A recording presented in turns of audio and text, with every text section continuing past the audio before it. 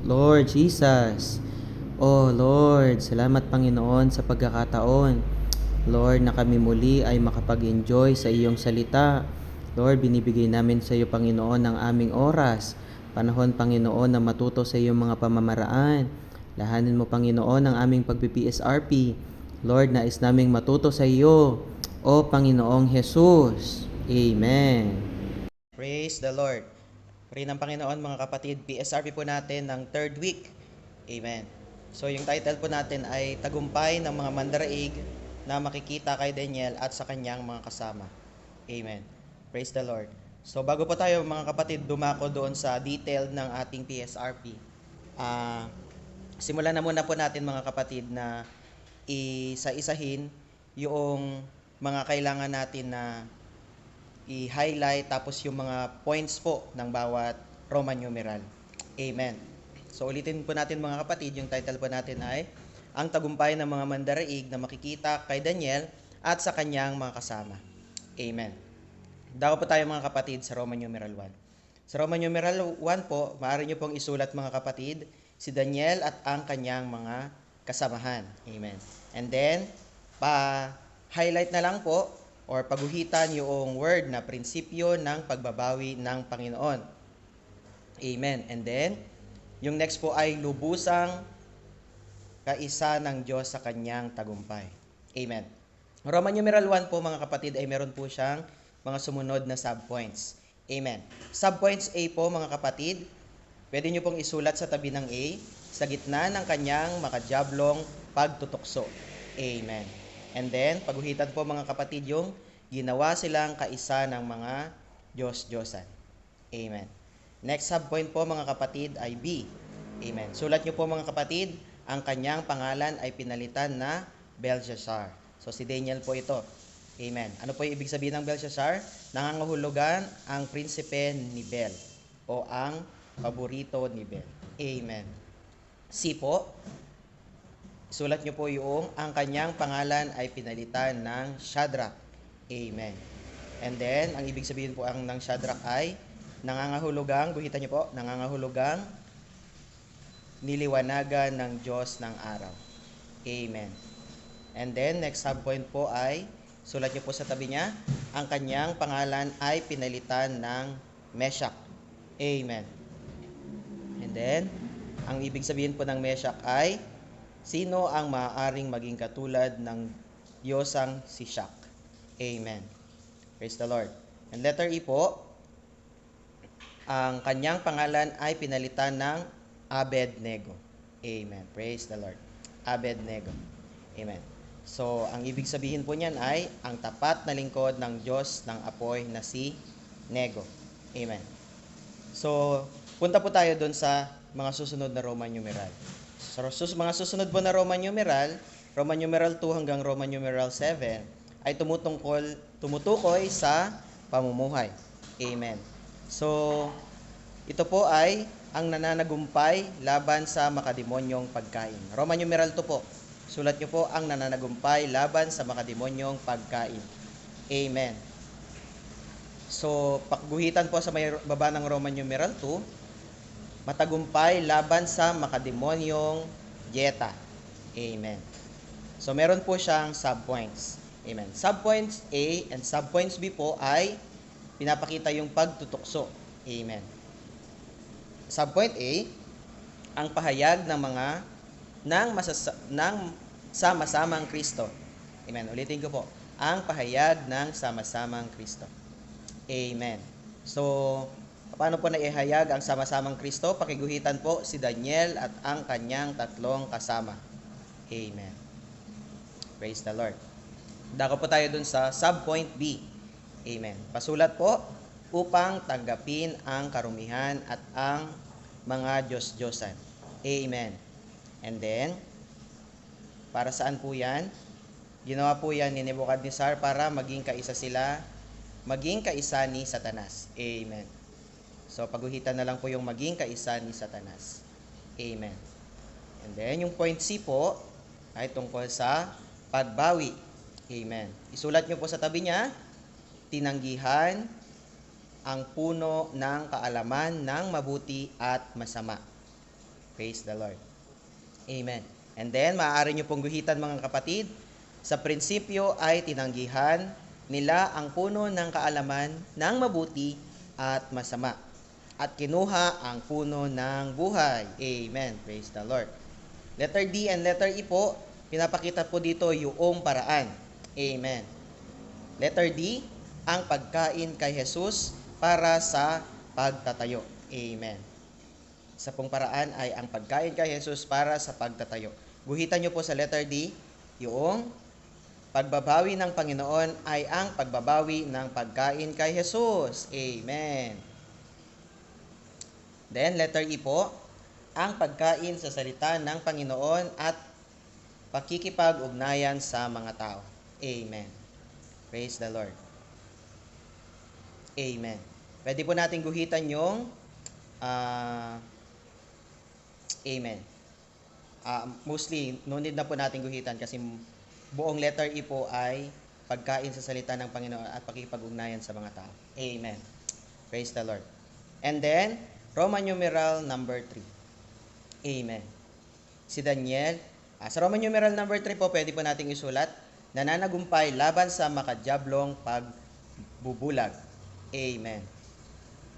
So, guhitan po natin yung makadyablong pambubulag sa Roman numeral number 3. Amen. And yung Roman numeral number 3 po, meron po siyang mga subpoints. Amen.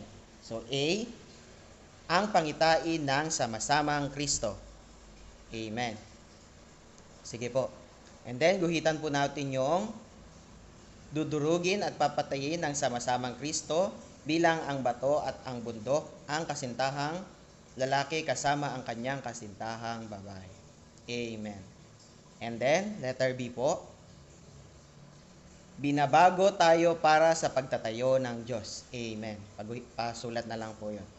Amen. And then, nilalalinan tayo ni Kristo. Paguhitan po yon. And then, talon nyo po yung guhit nyo sa ng kanyang sarili bilang kahayagan upang transformahin tayo. Praise the Lord. Amen. Dako po tayo sa Roman numeral number 4. Amen. Pwede nyo pong isulat, nananagumpay laban sa pang-aakit o panrarahuyo ng pagsamba sa mga Diyos-Diyosan. Amen. Sige po, tapos guhitan nyo po yung laban sa panrarahuyo. Amen. And then, yung Roman numeral number 4 po, meron po siyang mga subpoints. Amen. So, ang mga subpoints po niya, A. So, isulat nyo muna po, mga Diyos-Diyosan. Amen. Mga Diyos-Diyosan. A and B. Amen. Sa A, pwede nyo pong isulat ang isang Diyos-Diyosan na pumapalit sa Diyos. Guhitan nyo po yung sa A ng anumang hindi totoong Diyos sa ating isinilang na muling espiritu. Amen. And then, anumang hindi sa espiritual o mula sa espiritu. Amen. Then, next one po ay letter B. Amen. Sulat nyo po ang sariling lakas na pumapalit sa Diyos. O Lord. And then, guhitan nyo po mga kapatid yung ang sariling interes nito, pagtataas sa sarili, pagluluhati sa sarili, sariling kagandahan, at sariling kalakasan. Amen. Praise the Lord. Letter C po, laban sa pagsamba sa mga Diyos-Diyosan. Amen. Laban sa pagsamba sa mga Diyos-Diyosan. Amen. Amen. And then, letter D and letter E po ay tumutukoy kay Kristo. Amen. Letter D po, pakisulat po sa tabi niya ang presensya ni Kristo bilang anak ng tao. Amen. Amen. And then sa letter E, si Kristo bilang anak ng tao, bilang kanilang kasama. Amen.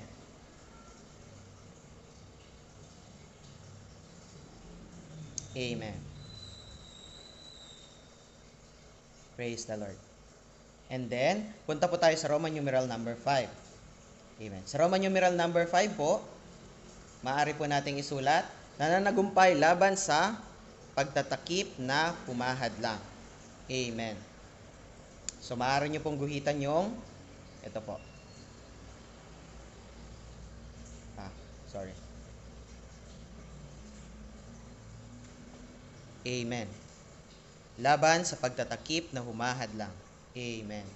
Praise the Lord. And then, meron po siyang mga subpoints. Amen. Subpoints A, sulat nyo po ang layunin ng makalangit na pamamahala. Amen. And then, next po, sa letter B, sulat nyo po, kayang ibaba ng Diyos ang mga lumalakad sa kapalaluan. Amen. So, mostly lahat po yun ng letter B. Amen. And then, Roman numeral number 6 po. Amen. So, ito po ay tungkol sa laban sa kamangmangan. Maaari nyo pong guhitan, mga kapatid. Amen. Amen. Letter A, mga subpoints po niya. Hindi natutuhan ni Belshazzar ang aral. Amen. O Lord. And then, pakiguhitan po itong point na ito. Dapat sana ay natutuhan niya ang aral mula sa karanasan ni Nebuchadnezzar. Amen. And then, letter B, ang espiritu na nasa kay Daniel. Amen. Then, guhitan nyo po itong point na to. Amen. Isang ekselenteng espiritu at kaalaman at pangunawa. Amen. Letter C po, itinaas ni Belshazzar ang kanyang sarili laban sa Panginoon. Amen. Amen. And then, guhitan po natin yung ito po.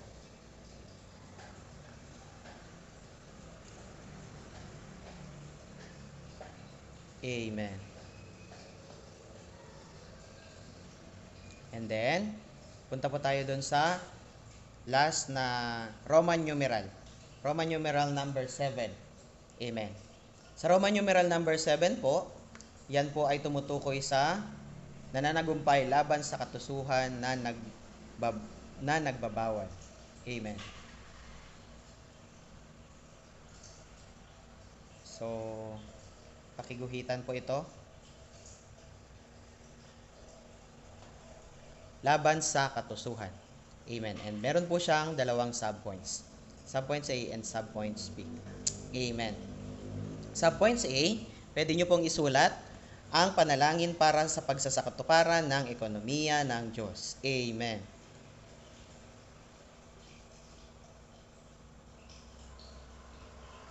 Amen. And then, guhitan nyo po itong point na to. Amen.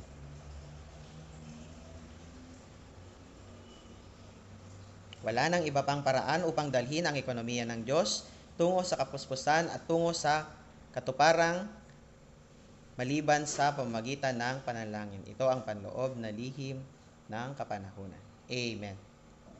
And then, last subpoint po ay subpoint B. Ito po ay ang layunin ng ating panalangin. Amen. Amen. Maaari nyo po yung isulat, mga kapatid, ang layunin ng ating panalangin. Amen. Amen. And then, guhitan po natin ito. Pakikinggan ng Diyos ang ating panalangin kapag ang ating panalangin ay para sa paharap kay Kristo. Amen. Amen. Praise the Lord. Amen. Amen. So, nawa mga kapatid, nakuha nyo po yung mga punto na mahalaga doon sa ating balangkas. Amen. So, yung detalye po niyan, mga kapatid, ay magpo-post na lang po ako ng isa pang video para sa mga details. Amen. So, praise the Lord. No? Kung hindi nyo po nakuha, mga kapatid, maaari nyo pong balikan na lang yung video. Amen. Praise the Lord.